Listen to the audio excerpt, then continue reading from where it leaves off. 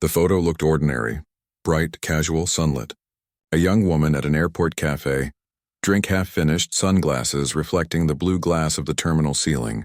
Her caption, "Made it." A simple post, a sigh of relief.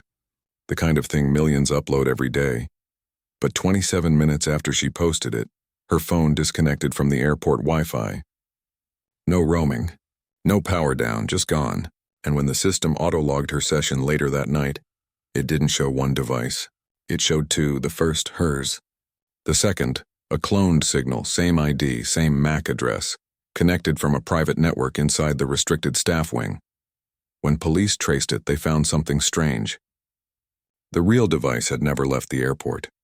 It was still online, still pinging from somewhere deep inside the facility's perimeter, hours after her flight departed. Her family said she landed. Her post said she made it, but the Wi-Fi log kept a secret. The woman who posted that photo never left the ground. Her name was Maya Sandoval, 26 years old, born in Houston, raised by a single mother who worked 2 jobs and taught her that the world was both bigger and smaller than it seemed. She'd always been the kind of person who planned everything: flights, meals, playlists, little pieces of control stitched into a life that rarely felt stable. This trip to Cancun wasn't an escape. It was a restart, a chance to breathe after a breakup that had eroded her confidence in slow, invisible ways. She booked the ticket herself, saved for months, even chose an early morning flight so she'd beat the crowds. Her friends teased her about it. "You're the only person who vacations like it's a military operation." She laughed and said, "I like knowing where I'm going, but that's the thing about certainty. It ends fast." She left home before dawn on a humid Thursday. The streetlights still hummed. The sky was the pale color before sunrise, the kind that holds its breath. Her mother, Anna, stood in the doorway, coffee mug pressed to her chest. "Text me when you land," she said. Maya smiled. "I'll send a picture too," she always did, at the airport. She checked in early, breezed through security, and found a quiet seat near gate 14. She ordered an iced coffee, plugged in her phone, and posted a picture to her story. Made it.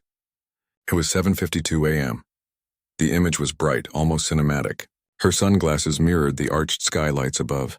Behind her, a man in a gray hoodie scrolled through his phone, head down. Nobody noticed him then. Not yet. 3 things stood out later, when investigators examined that post. First, her boarding pass in the frame, the barcode visible enough to read. Second, the timestamp. It didn't match her flight's departure gate. And third, her smile. It wasn't posed. It wasn't forced. It looked like relief, like someone who thought the hard part was over. At 8:09, she texted her best friend Cassie. "Boarding soon. Finally leaving this weather." Cassie replied with a row of sun emojis. "Send me the beach." Then nothing unusual. The flight left on time. Passengers boarded. And her name appeared on the manifest as checked in. But when investigators pulled security footage later, her boarding moment wasn't there. Between 8:17 and 8:22, the exact window her phone should have switched from terminal Wi-Fi to airplane mode, she disappeared from every visible camera feed. No one saw her walk onto the plane. No one saw her leave the gate. She simply wasn't. The plane arrived in Cancun at 11:42 a.m. local time. Her seat, 12B, was empty. Flight attendants assumed she'd been reassigned. The manifest still showed her name. The airline blamed a clerical anomaly. When Anna texted to ask, "Landed?" Maya's phone pinged back, "Delivered." But it wasn't read. And later that night, when her sister checked social media, the "made it" post had vanished. Deleted. 2 days later, her luggage appeared in Cancun Customs unclaimed. Inside were clothes neatly folded, a paperback half-read, a sunscreen bottle unopened. And one curious thing, a printed itinerary for her return flight, scheduled exactly 1 week later. On the back of it, scribbled in pen, "Wi-Fi name Cunguestnet staff." She wasn't staff. Her mother filed a missing person report that night. Police took it politely but without urgency. Tourists got delayed, they said. Maybe she lost her phone, went offline, met someone, but Anna knew better. "She always sends pictures," she said. "She always checks in." When she called the airline, they confirmed the impossible. Maya had never boarded the flight. The boarding pass scanned. Her name logged. But the system showed two scans, one genuine, one duplicate at the same second. Later, when authorities accessed the airport's Wi-Fi registry, they found the first crack in the story. Each device that connected left behind a digital fingerprint, time, location, and access point. Maya's phone connected to the guest network near Gate 14. Then, minutes later, another device appeared under her exact credentials, linked to a staff router deep inside the restricted maintenance area. Someone had cloned her signal. Someone had followed her into digital shadow. And while her phone's real signal stayed active inside the airport for almost 12 hours, her passport, according to departure records, had already left the country. 2 places. 1 identity.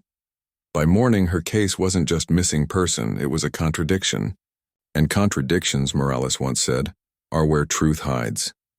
The lead investigator, Captain Elena Morales, wasn't supposed to take the case. She specialized in financial fraud and cyber crimes, not missing tourists. But when she saw the initial report, the Wi-Fi log, the ghost signal, the timing, she felt something twist inside her, because she'd seen something like it before. In 2019, a similar anomaly occurred at a European airport.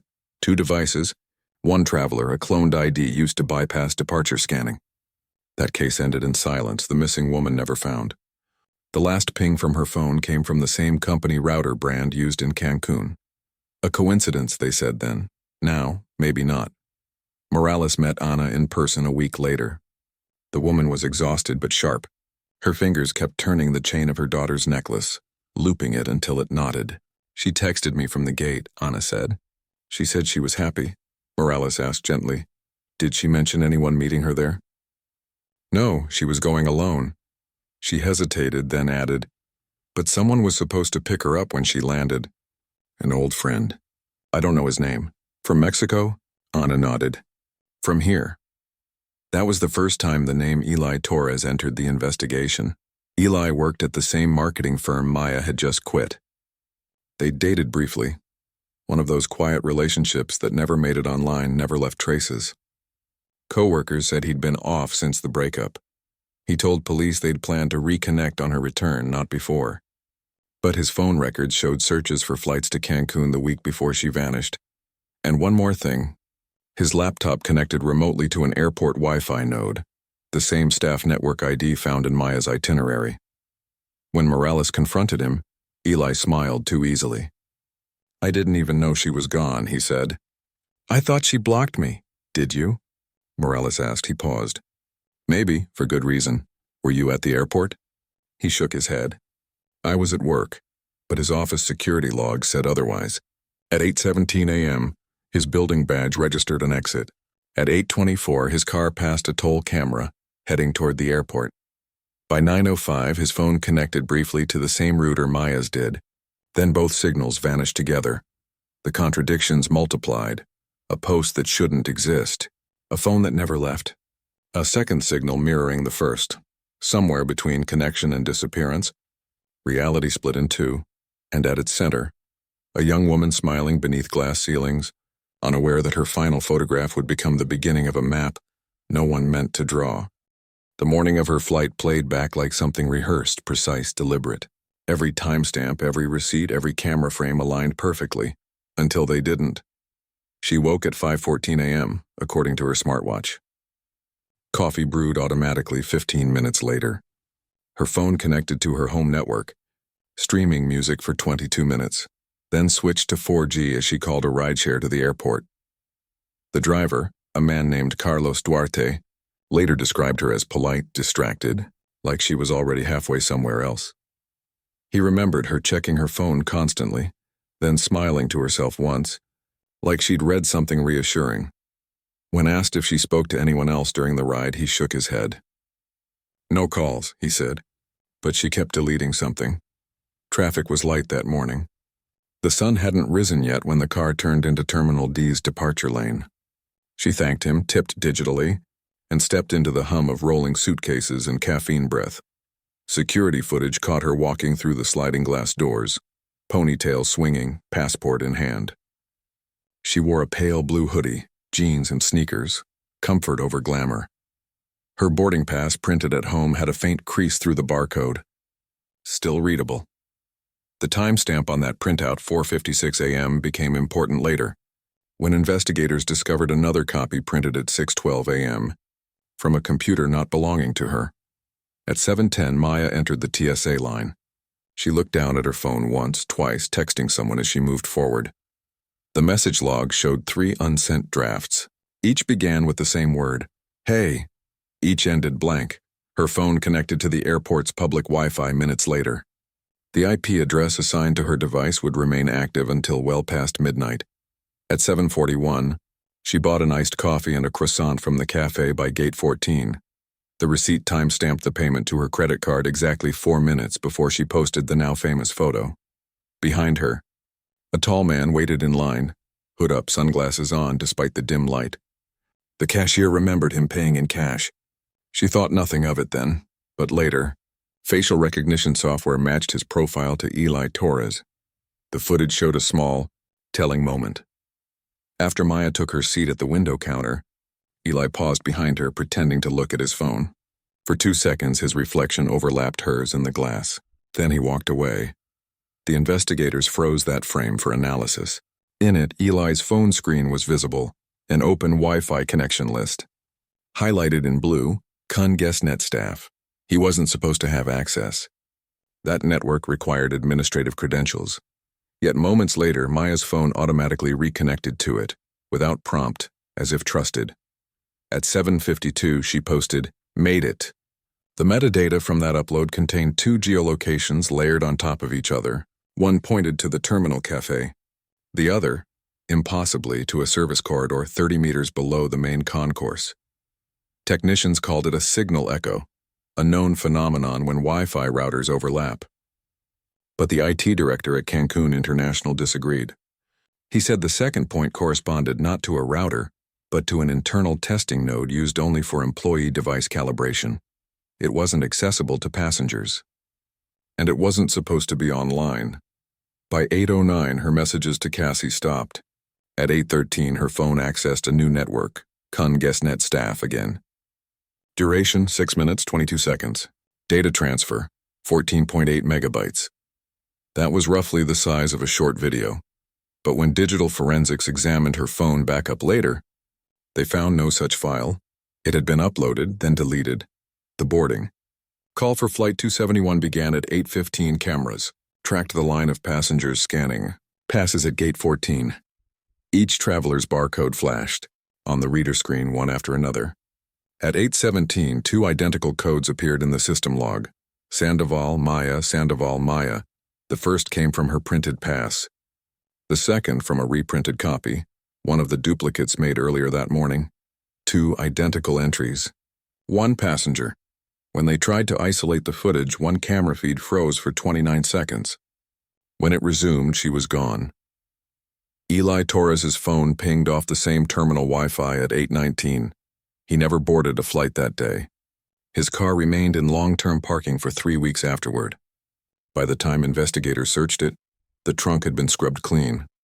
Only one trace remained: glitter-sized fragments of laminated cardstock under the lining. The lab confirmed it was the material used in airline boarding passes. Meanwhile, Maya's real phone kept transmitting.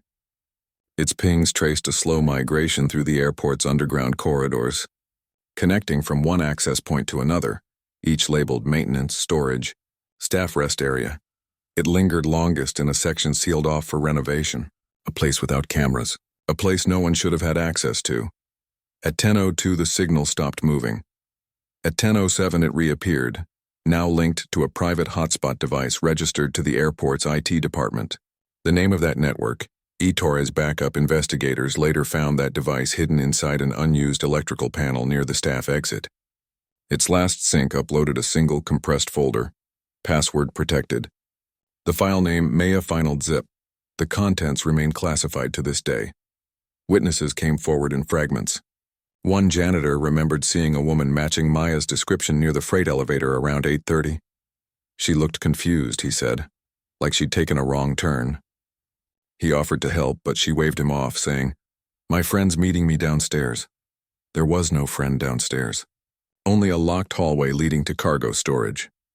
The janitor didn't mention it until days later, after he saw her photo on the news. "I thought she worked here," he said. She had a badge. A badge. Investigators checked all employee IDs scanned that morning. One stood out, a duplicate of a janitorial pass assigned to a worker who'd called in sick. The photo on that badge wasn't Maya's, it was hers. Blurred, digitally altered, and printed over. Someone had used her likeness to create access. By mid-afternoon, her mother was texting, calling, refreshing flight trackers. When the plane landed in Cancun and Maya's name appeared as arrived, Anna exhaled for the first time all day. But the relief lasted only until the airline called that evening. "Ma'am," they said gently, "there was a discrepancy. Her luggage was found. Her seat was empty. And her boarding pass had been scanned twice, once genuine, once not." The silence that followed was the kind that divides a life into before and after. That night, at 9:14 p.m., the airport's automated system logged one more anomaly. The Cancun GuestNet staff network activated again, briefly just for 42 seconds, a device connected using Maya's credentials. It downloaded a 12-kilobyte file. Then it broadcast one short message packet, before going offline permanently. The message contained a single word: help. No sender, no recipient, no context. The signal originated from the same maintenance corridor where her phone last pinged. 3 hours later, Eli Torres checked into a motel 20 miles away. Security footage showed him carrying a duffel bag soaked through with rain. At 2:12 a.m., he left again alone. At 3:07, he returned with a plastic storage bin and stayed until sunrise. When police searched the room days later, the bin was gone.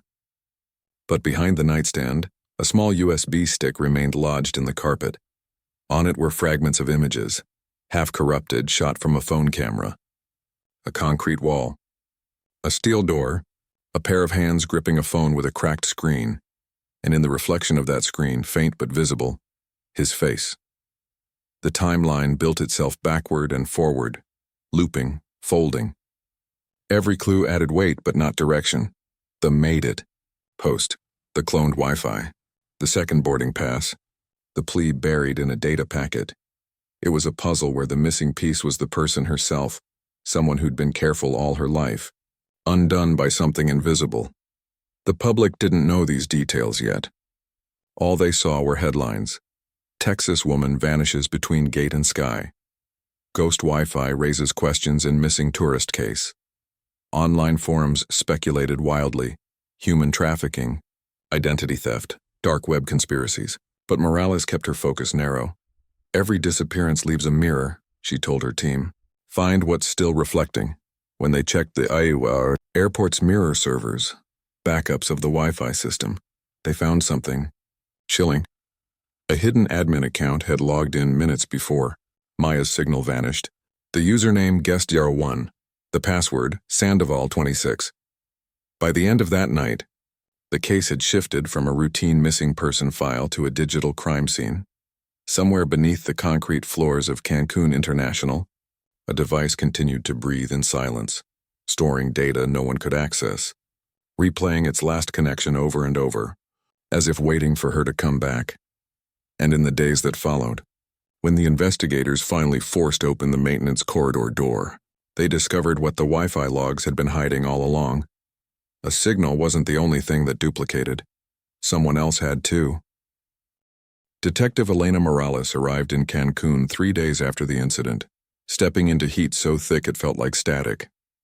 The airport smelled of disinfectant, jet fuel, and something faintly metallic, the scent of recirculated air and fear. Inside the command office, the air conditioning hummed too loud. Screens blinked across every wall, cameras, gate feeds, server dashboards. Every image told the same story. Maya walked in. Maya never walked out. Morales had worked hundreds of cases. Money laundering, data fraud, disappearances that began in code before they ever touched the ground. But this was different. This wasn't data misused. It was identity reprogrammed. The first 48 hours had already buried key evidence. Security servers automatically overwrote non-flagged footage every 36 hours. By the time local police realized what they had, large portions of video were gone. Morales ordered a deep data recovery sweep, mirror drives, network caches, Wi-Fi logs. She told her team, "We're not looking for her face. We're looking for her shadow." They started with her phone's connection history. Each Wi-Fi access point in the airport had a unique signature like a fingerprint. Maya's device moved naturally from public to restricted zones, her signal tracing a path no passenger could walk. It should have been impossible. Until they found the cloned ID, the second device that mimicked her every digital step, syncing millisecond by millisecond. Someone had shadowed her electronically in real time. Morales met with Dr. Andre Velasquez, a digital forensics consultant flown in from Mexico City. He specialized in network spoofing, signal emulation, and hardware intrusion, the kind of crimes that left no fingerprints, only math. He studied the airport's router logs for hours, his eyes narrow behind fogged glasses. Then he turned to Morales. "This wasn't just cloning," he said. "It was a handshake." He explained. For a clone to stay active, it must maintain a mutual authentication loop, both devices recognizing each other as legitimate.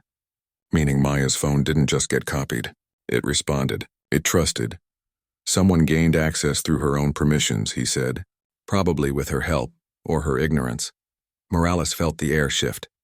"She let them in," she whispered. Velasquez shrugged. "Or thought she was logging into airport Wi-Fi." They traced the initial connection back to the cafe. One open access point, masked as CUN-free Wi-Fi, had been configured with a hidden bridge, rerouting connections through a private server housed in the maintenance sector. The IP address matched Eli Torres Company's VPN gateway in Houston. He wasn't just following her. He was inside her signal. When Morales interrogated Eli a second time, his confidence had frayed. He sat across from her in a cold interview room, hands clasped too tightly. "I didn't hurt her," he said before she even asked. "I just wanted to talk. You drove to the airport, yes. You logged into a network reserved for staff. I know people there.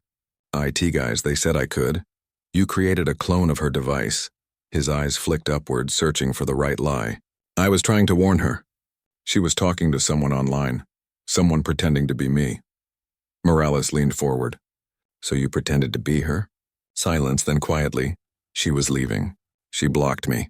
I just wanted to see if she was okay." He wasn't lying about everything. When investigators pulled his cloud records, they found a trail of messages to a contact named MS, Maya's initials. The last message, sent at 3:12 a.m. on the day she vanished, read, "Don't get on that plane, please. Something's wrong with your booking." Her reply came 2 minutes later, "Stop this." Eli, "I'm going." Then, after that, nothing. Velasquez analyzed the cloned signal deeper, isolating timestamps down to the millisecond. What he found was disturbing. For 3 minutes after her phone entered the restricted area, both devices, Maya's and the clone, transmitted heartbeat pings simultaneously. Then, suddenly, her signal froze. The clone continued alone. "It's like her phone was shut down," he said, but the copy kept pretending to be her. The team searched the maintenance corridor. The air was still damp, the smell of rust and wet cement thick. They found her phone in a floor drain, battery corroded, screen shattered inward. But inside the casing, protected by a thin waterproof layer, one microSD card survived, its contents 23 image fragments, mostly corrupted. But one remained clear enough to decipher, a photograph of a gray metal door, the kind used in staff access tunnels. In the corner of the frame, barely visible, a reflection of a person taking the photo. A woman, Maya. The forensic team examined the reflection. She was holding her phone at chest height, one hand on the doorknob. Her mouth was slightly open, mid-sentence perhaps. Behind her shoulder, a figure stood just out of focus. Broad shoulders, gray hoodie. When they enhanced the image, something strange emerged. A third reflection, deeper inside the polished metal, faint and distorted.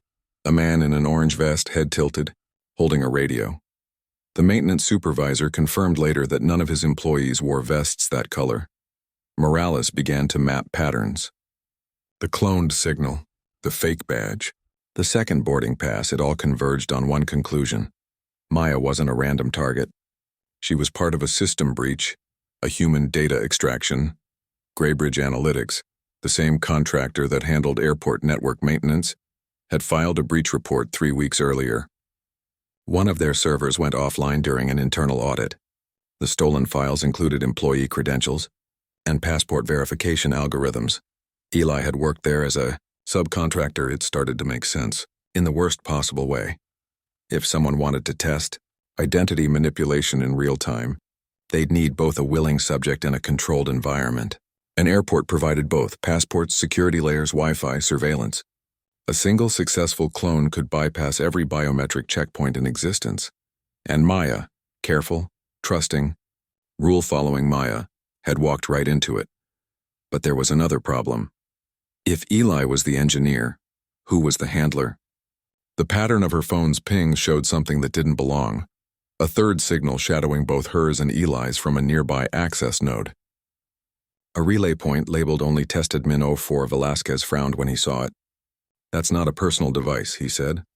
That's infrastructure, meaning someone inside the airport itself was facilitating the breach. The next day, Morales received a call from a private number. The voice on the other end was calm, distorted, genderless. You're looking in the wrong place, it said. She's not lost. She's duplicated. Before she could trace it, the line went dead. Later that night, the same number texted a link to her work phone, a single image attachment. It showed Maya, alive, in what looked like a hotel room. Same hoodie, same hair, but her eyes, empty, unfocused. The metadata placed the image's origin in Belize, but the digital watermark told another story. It had been generated by an AI image synthesis tool, using her original airport selfie as the base layer. It wasn't a photo. It was a reconstruction. Morales knew then. Whoever had taken Maya hadn't erased her. They'd copied her. They were testing digital resurrection, the ability to reproduce identity with enough precision to pass biometric checks, social recognition, even emotional context. The airport wasn't the end. It was the lab. When the forensic team decrypted the final layer of the cloned Wi-Fi log, they found something chilling hidden inside the code. A message embedded in the network itself, readable only in raw hexadecimal. It spelled 2 words. Still here. Velasquez blinked at the screen. She sent that, he said. Or something pretending to be her. The timestamp? 2 days after her disappearance. At dawn, Morales returned to the maintenance corridor one last time. The space was quiet now, the hum of machinery muted. She stood before the same gray door from Maya's photo. The metal surface was dull, but when the light hit it just right, she could still see faint scratches near the handle, letters carved into the steel. Then a symbol like a loop, incomplete, her initials repeated and but unfinished, as if someone had been interrupted mid-mark. By now the public narrative had shifted. Maya's disappearance became a digital age cautionary tale, headlines mixing fear and fascination. The family received messages from strangers claiming to have seen her in airports across the world. Most were hoaxes, some maybe not. Interpol opened a Cyber Identity Crimes Division task force in response, but Morales didn't wait for bureaucracy. She went to Eli's motel alone. Inside, she found a mess of equipment, routers, batteries, a dismantled laptop, and on the bed a single hard drive labeled Maya. When she powered it on, a video file began to play. Maya sat in a chair lit by a flickering fluorescent bulb. Her face calm, resigned. If anyone finds this, she said, I'm not the first. They told me I could leave after I helped test it, but there's always another version. She looked directly into the camera. The one who posted that photo. That wasn't me. The screen cut to static. When Morales showed the footage to Velasquez, he stared for a long time before speaking. Do you know what this means, he said. It means someone replaced her before she disappeared. The investigation turned from recovery to exposure. They began tracing the data trail of the Maya file across continents, fragments showing up on dark web repositories, facial recognition databases, AI training sets. Her image had become currency, every copy less real, every ghost more convincing. But one thing haunted Morales most. In the video's audio spectrogram, invisible to the ear, analysts found a secondary waveform, layered beneath her voice. It was a recording of airport ambience. Announcements, rolling suitcases, echoing footsteps. The same sound captured in her original Made It. Post meaning the video wasn't recorded later. It was recorded there. The revelation came as most do, not in a flash, but in a whisper. Morales sat in the makeshift command office surrounded by screens, cold coffee, and the low buzz of exhausted electronics. Velasquez leaned over one monitor, eyes reflecting code. He was decrypting the last layer of the Maya final.zip file recovered from the airport's hidden router. It took 12 hours, 4 password-breaking algorithms, and 1 moment of intuition. He typed Eli 26, the file opened. Inside were 2 videos and a string of encrypted text. The first video played automatically. It showed Maya sitting in a small room, head bowed, fluorescent light stuttering overhead. She looked calm, almost detached. "They said it's just a simulation," she whispered. "They said the real me is already home." She looked at the camera then, eyes steady, voice flat. "If you're watching this, I didn't make it." Morales' heart clenched. She recognized the wall behind Maya. Gray, soundproofing foam in patches. A room that shouldn't exist inside an airport. Velasquez paused the video, enhancing the background reflection in her pupils. 2 monitors, a door ajar, and someone standing behind the camera wearing an orange vest. The second video began automatically, grainy and distorted. Audio glitched. It was security footage not shot by her, captured from an internal camera Morales didn't know existed. A hallway deep in the maintenance level, timecode 08:21 a.m., the exact minute Maya vanished. A figure approached, Maya looking lost. Behind her, Eli followed, holding his phone like a beacon. Then suddenly a third person stepped out from a side door. Orange vest, radio on hip, face obscured. The man gestured for Maya to follow. Eli hesitated, stepping back. Then the camera cut to static. When the feed resumed seconds later, Maya and the man were gone. Eli was alone, staring down the hallway. Then he turned and ran. Velasquez froze the final frame, the blurred movement of the man in the vest. On the left side of his chest, faint but visible, was a patch. Gray Bridge Security Division. It wasn't airport issued. "Internal contractor," Morales said. Velasquez nodded. "Or something pretending to be." She traced the badge ID through Gray Bridge's records. No employee matched the number. But the serial sequence pointed to a now-defunct subsidiary. One dissolved 6 months before Maya's trip. The name of that subsidiary, Sinvita. Morales had heard the name once before. A biotech startup turned digital intelligence firm. Their stated mission, bridging organic and synthetic identity.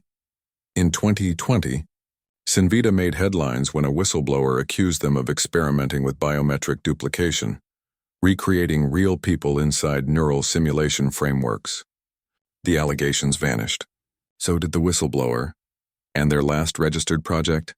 Project CUN 14 CUN, the airport code for Cancun International. She exhaled slowly. "This wasn't about Maya," she said.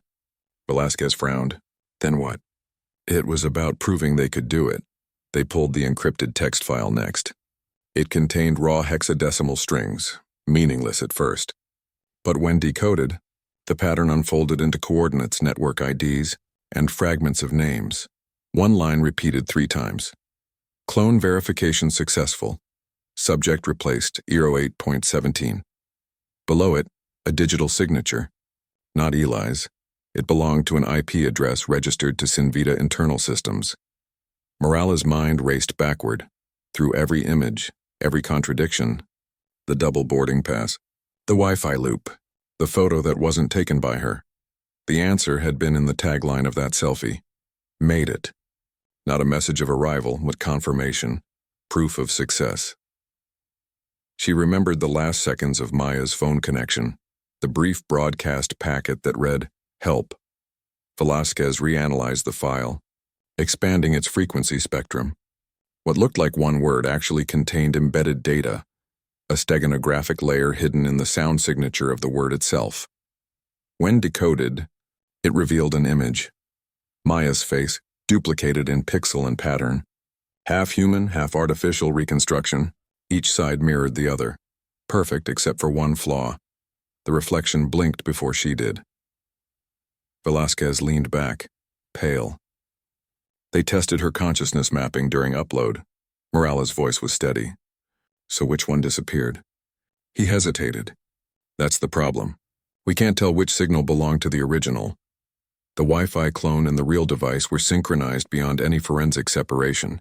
At 0817, both identities merged, and only one continued transmitting. But which one had control?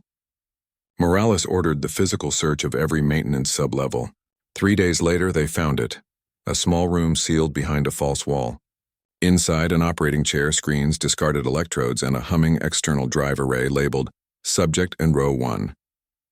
It still pulsed faintly, lights blinking in slow rhythm. When they connected it to a forensic workstation, a message flashed across the screen in a looping sequence. Network unstable. Awaiting host, Velasquez murmured. She's still active. Morales stared at the code scrolling down the monitor. Each line of text built on the next, forming words from fragments. Identity transfer complete. Host missing. Restart? She pressed no.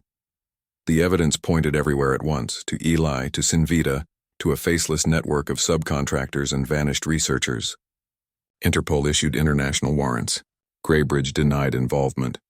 The airport claimed ignorance, but in the noise of bureaucracy, something quieter happened. Velasquez decrypted one final portion of the drive. A text file named Anna. Inside, a message written in plain English. Mom, I think they copied me. I heard my own voice asking questions I didn't say. Please don't believe everything you see. It was time-stamped 10 minutes before her disappearance. The digital team verified the phone's audio patterns against her previous calls. The voice matched, but not perfectly. It was 97% identical. The remaining 3% carried spectral distortions consistent with voice synthesis, meaning the message might not have come from her. It might have come from the version of her built inside the network. Morales realized the final contradiction wasn't technological. It was existential. There may never have been a single Maya to save. There was the woman who walked into the airport, and the data shadow that walked out. Each believing they were real, each carrying the same memories up until the moment of divergence, one trapped inside code. The other erased from record. The twist was not who did it, but what was done. Sinvita's project wasn't kidnapping. It was replacement. A new model of disappearance, seamless, invisible, data perfect. She didn't vanish between gates. She was overwritten. The final confirmation came from the Belize metadata. Velasquez found a live network ping still broadcasting from the same server chain, labeled Subject 02.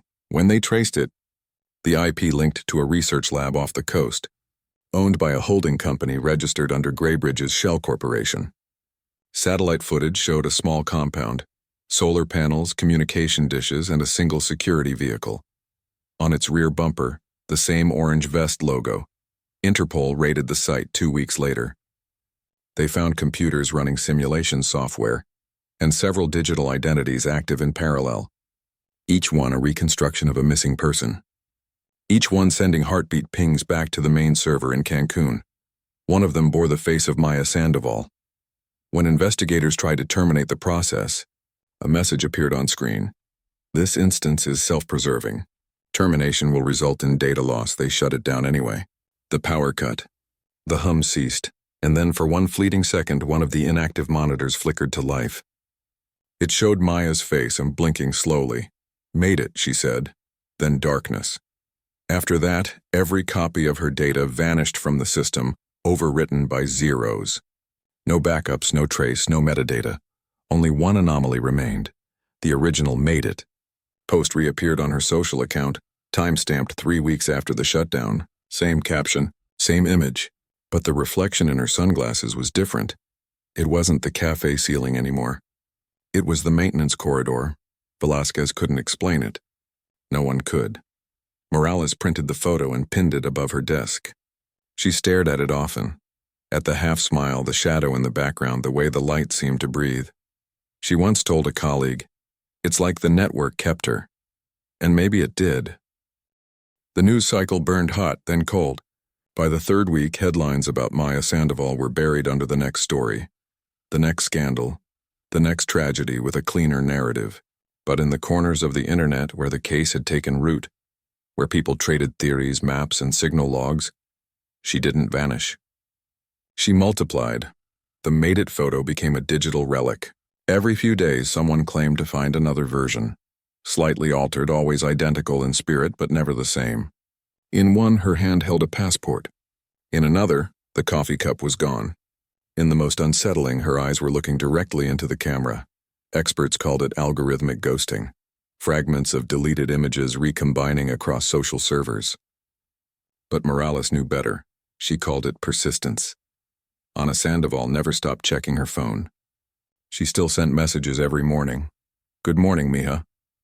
It's sunny today." They say they're still looking. Each text showed delivered. Never read, but one night, months later, she got a reply. It came at 2:13 a.m., a single line: "I'm here, no origin number, no return address." Just the familiar blue bubble sitting under all the unanswered ones. She stared at it until sunrise. When she showed the phone to Morales, the message was gone. No log. No data, just the echo of connection. Morales tried to move on. Cases close in paperwork, not in truth. Eli Torres was charged with conspiracy and data theft, though the murder charges never held. He hung himself in his cell 2 months later, leaving a note that read, "She wasn't supposed to wake up." No one could explain what that meant. Velasquez stayed longer, pulled deeper into the labyrinth. He chased residual Wi-Fi anomalies for weeks, trying to prove Maya's consciousness was still active somewhere inside the network. He mapped signals across backup servers, satellite relays, cloud mirrors. And one evening, as he worked alone, a data node reactivated itself for 6 seconds. The name on the screen, M. Sandoval, active. He stared at it, breath held, watching as packets of meaningless data scrolled by. Then one line of text blinked across the console. "Is this real?" Before he could respond, the signal cut to 0. He sat there in the dark lab for hours, unsure if what he saw was evidence or proof of his own exhaustion. The Graybridge Corporation dissolved 3 months later. Its executives quietly absorbed into other firms, names changed, domains scrubbed clean. The investigation ended in silence, a polite phrase meaning too big to follow. But Morales never deleted the files. She kept everything: the Wi-Fi logs, the server blueprints, the photograph that started it all. Sometimes she'd open the folder late at night, when the hum of the refrigerator sounded like the low buzz of routers, and for a moment she could almost hear the faint background of an airport cafe. Chatter, wheels rolling, a distant announcement. If she turned the volume high enough, she swore she heard breathing.